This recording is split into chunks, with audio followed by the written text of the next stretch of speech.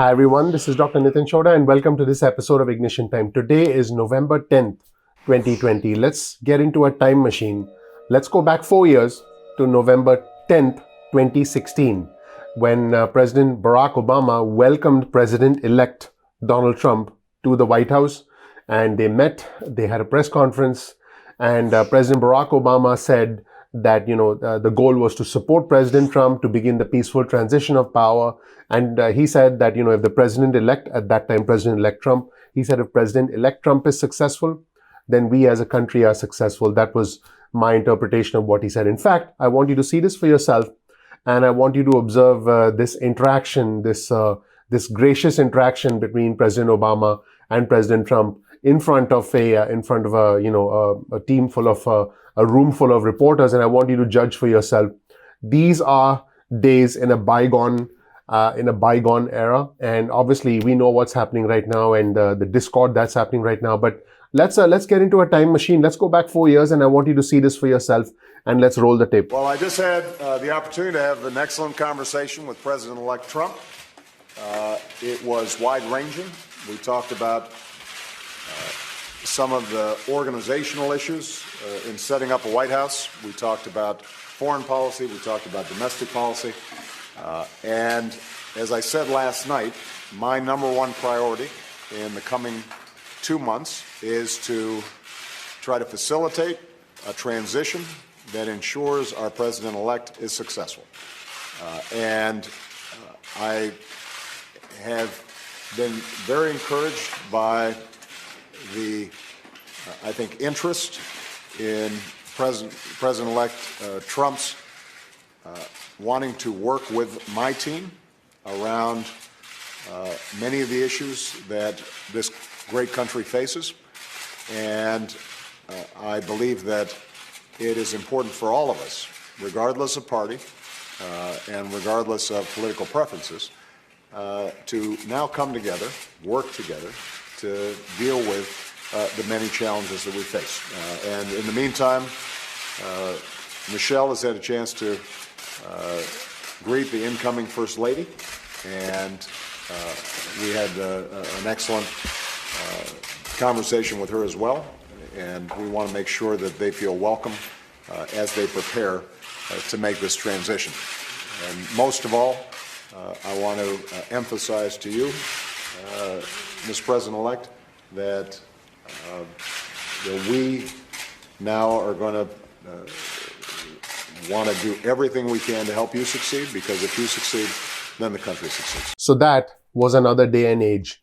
What's the day and age we live in right now? We live in a day and age where the White House Press Secretary, Kayleigh McEnany, said that the other side is welcoming fraud and welcoming illegal voting. That was my interpretation based on what she said. And this was just unbelievable again, because the Fox News host was actually shaken up, and you could see him visibly shaken up and decide to cut away from that. We now live in a day and age where the White House press secretary thinks it's okay to say that there's fraud and illegal voting, even though we haven't seen any proof and even though we haven't seen any evidence. It's just unbelievable that she would say that. And I do want to be clear to my viewers and subscribers that if there is any evidence of fraud, and if it is reported on, and if it is decided by the courts, I'll be happy to report it. But until there is actual evidence, I do believe that this kind of rhetoric is basically going to make our country more divided, because we need to be able to see proof, and this needs to be judged in a court of law. Now, let's take a look at what Kayleigh McEnany said. She said that the other side is welcoming fraud, welcoming illegal voting, which is just unbelievable that she would say that. And I want you to watch this segment and judge for yourself. Let's roll the tape. Don't oppose an audit of the vote because you want an accurate count.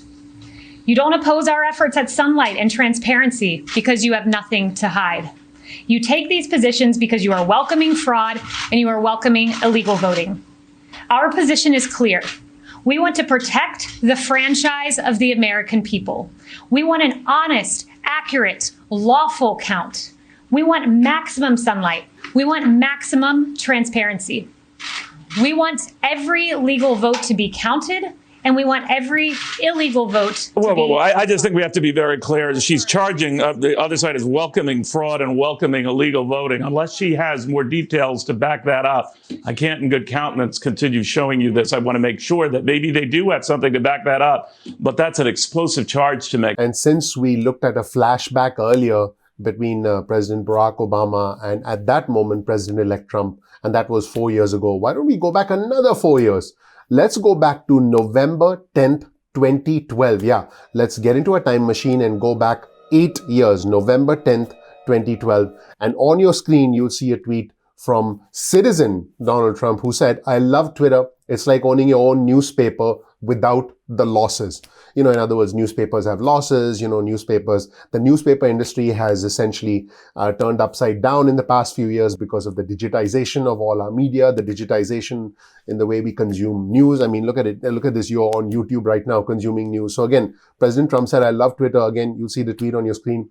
It's like owning your own newspaper without the losses. Now let's fast forward and get into the present day. And let's take a look at President Trump's tweets today on your screen. These are tweets from President Trump on your screen today. So in one of the tweets today, the president said, "We will win." That's the first tweet. Then the next tweet, President Trump said, "Watch for massive ballot counting abuse. And just like the earlier vaccine, remember, I told you so."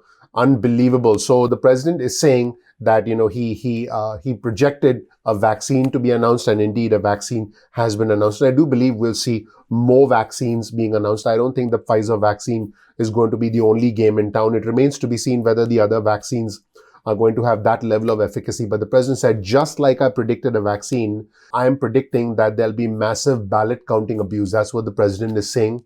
And, let's just wait and see what happens in the court of law. And this tweet from the president was marked by Twitter as, and I quote Twitter, "This claim about election fraud is disputed." Here's another tweet on your screen from the president, "Ballot counting abuse." Yes, the president said ballot counting abuse. This tweet was also marked as disputed. And again, you can see the message on your screen. It says, "This claim about election fraud is disputed." As you can see, the president is gearing up for a fight about this, and in the court of public opinion, what matters more than ever is the state of Georgia, because like I mentioned earlier, more than $200 million are going to be injected by the Democrats and the Republicans into the Georgia Senate runoff races. In fact, it's going to be raining money. It's going to be raining money in the state of Georgia as far as TV ads are concerned, as far as radio ads are concerned, as far as door knocking, as far as direct mail, as far as internet ads are concerned, because both sides want to win those 2 seats in Georgia. There's been so much controversy in Georgia about the vote count for the presidential election that 2 Republican senators in the state of Georgia asked the Republican Secretary of State to resign. And in fact, the Republican Secretary of State basically said, he wasn't going to resign. So the Georgia Secretary of State, his name is Brad Raffensperger, he said in the past 24 hours that he essentially wasn't going to resign because the 2 Georgia senators, Kelly Loeffler and David Perdue, who are going to try and get those 2 Senate seats for the Republicans on the 5th of January against their Democratic opponents. They asked him to resign, and this is what Brad Raffensperger, who's Georgia's Secretary of State, said. He said, and I quote, "Earlier today, Senators Loeffler and Perdue called for my resignation." And keep in mind that that Raffensperger is a Republican. I just want our viewers and subscribers to understand that. He said, "Let me start by saying it's not going to happen. The voters of Georgia hired me, and the voters will be the one to fire me." So this is one Republican essentially hitting back at other Republicans. He said, and I'm quoting, "As Secretary of State, I'll continue to fight every day to ensure fair elections in Georgia, that every legal vote counts and that illegal votes don't count." Now, I think this statement's interesting. Legal votes should count. Illegal votes won't count. I mean, look, guys, this is something you can say in response to any question. I could be saying, how's your coffee? Well, legal votes count. Illegal votes don't count. How's the weather today? Well, legal votes count. Illegal votes don't count. Guys, what we need is an actual analysis. We need actual evidence, and we need to see where this goes. But I think things are starting to get out of hand a little bit. But he also said, this is another comment from Brad Raffensperger, "I know emotions are running high. Politics are involved in everything right now. If I was Senator Perdue, I'd be irritated I was in a runoff. And both senators and I are all unhappy with the potential outcome of our president. Just unbelievable. Now, keep in mind, both Loeffler and Perdue, the Republican senators, issued a joint statement where they criticized the state's election process. I'm talking Georgia's election process. Now, there was no specific evidence from them, but here's what they said. Georgians are outraged, and rightly so. We have been clear from the beginning, every legal vote should be counted. Any illegal vote must not. And there must be transparency and uniformity in the counting process. And essentially, they were echoing President Trump's claims and President Trump's tweets that you saw earlier in the video. And they said, according to them, Raffensperger has failed the people of Georgia and he should step down immediately. It looks like someone's looking for a scapegoat. I guess a head needs to roll, because it seems, that the president is unhappy. These two Georgia senators are, not happy being in these runoff races, which will take place on the 5th of January, which will give Democrats the opening they need. Because right now, we have 48 Republican Senate seats and we have 48 Democrat Senate seats. If the Republicans win in Alaska and North Carolina, which is projected, the Republicans will be at 50, the Democrats will be at 48. If the Democrats win both the Georgia Senate seats on the 5th of January, it could be 50 Republicans and 50 Democrats. And at that point, keep in mind that Vice President-elect Kamala Harris will be the tiebreaker, which would effectively give the Democrats control of the Senate. So by a razor-thin margin, because, one or two defections on either side can shift things. Just incredible where things stand right now. Here's another comment from Raffensperger, and he said, "My job is to follow Georgia law and to see it all, and to see that all legal votes and no illegal votes are counted properly and accurately." And he said, "As Secretary of State, it is my duty, and I will continue to do my duty. As a Republican, I'm concerned about Republicans keeping the U.S. Senate. I recommend that Senator Loeffler and Perdue start focusing on that." Just incredible where things are headed right now and what's going on right now. My name is Dr. Nitin Chhoda with Ignition Time. Thank you so much for watching. I really appreciate you watching. By the way, if you want to read the entire letter from the Georgia Secretary of State, here's a letter on your screen. This is the entire letter from the Georgia Secretary of State. It's a statement.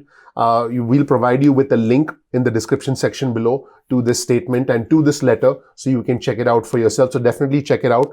It's quite a detailed statement, and I provided you with some key points from the Georgia Secretary of State. Thank you so much for watching. My name is Dr. Nitin Chhoda. If you don't know anything about me, check out my video. You'll learn more about who I am, what my journey has been like, and why you should listen to me. Please share this video with friends and family. If you learned something new, please click the like button. Please subscribe. Please enable notifications. That really helps out the YouTube algorithm. I really appreciate you watching. My goal is to provide you with the honest news as it comes out. Thank you so much once again. I'm looking forward to seeing you in the next episode of Ignition Time. Take care. Bye.